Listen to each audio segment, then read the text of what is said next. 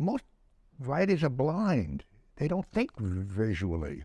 That's why I've always said, I do great work with a great writer.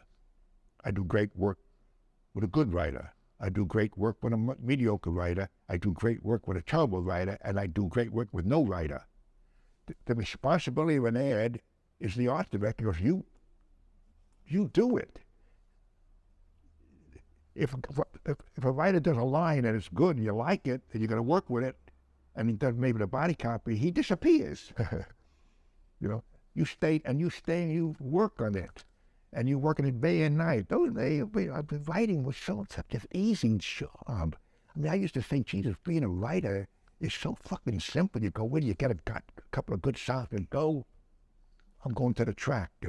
There was this kid, Ed McCabe, who said, I'm a great art director. I'm a great art director. A good writer, but full of shit about it. Oh, yeah, I don't need an art. The way I say I don't need a writer, he said, you need an art director. Bullshit. I remember once he was saying that to me, and I said, I tell you what, Eddie, let's have somebody come up with an advertising problem someday, and you sit in a room by yourself 4 hours, and I'll sit in the room by myself 4 hours with a pen and pencil, and we'll come out and let's compare ads we do. I'll bury you, you motherfucker. I will bury you dead. I will come out with 10 ads. I'll knock it. They'll be great. There'll be great lines. There'll be a great concept. There'll be a great slogan. I'll have great body copy. And you'll come out with shit. Pieces of paper. And if you do try to come out with layouts, this is going to be funny, right? Everybody's laughing their ass off you. No, there was the art director that changed. And Bill understood that. And that's why when Bill looked at you coming in with ads, and he didn't look at the writer, and the writer, in his sense, it was always nothing. I mean, disdainful.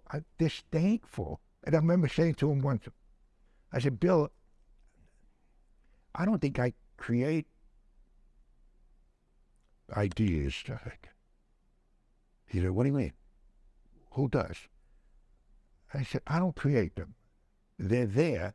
If you know enough about the problem, and you know enough about the competition, if you know enough about the culture, if you know about, and you get the problem, the ideas are there, or the idea is there. And what you have to do is discover it. Because it's there. I don't create it. I just figure out, I'm like a Sherlock Holmes, and I find it. Here's the son of a bitch. I got it. Here it is. He said, no, you created it. I said, no, I discovered it. If you do like one of those Esquire covers, everybody's crazy. Muhammad Ali, Saint Sebastian. I didn't do that. But you look at it and you say he's a martyr, and who's more of a martyr than Saint Sebastian? And that's and getting him to. So I discovered the idea. Andy Warhol's drowning in a can of. I didn't create that. I just took the thing he was famous for, and I had it swallowing him, swallowing his fame. It's not creation; it's discovering. It's all a culmination of that kind of interest and passion in looking at what the hell's going on in the world. And if you have that, and you have some talent, you have some smarts, you can do great advertising. I mean, and doing it artistically. When I really think I'm an artist, I mean, and the great thing about the MoMA show was going in there and people saying that's art.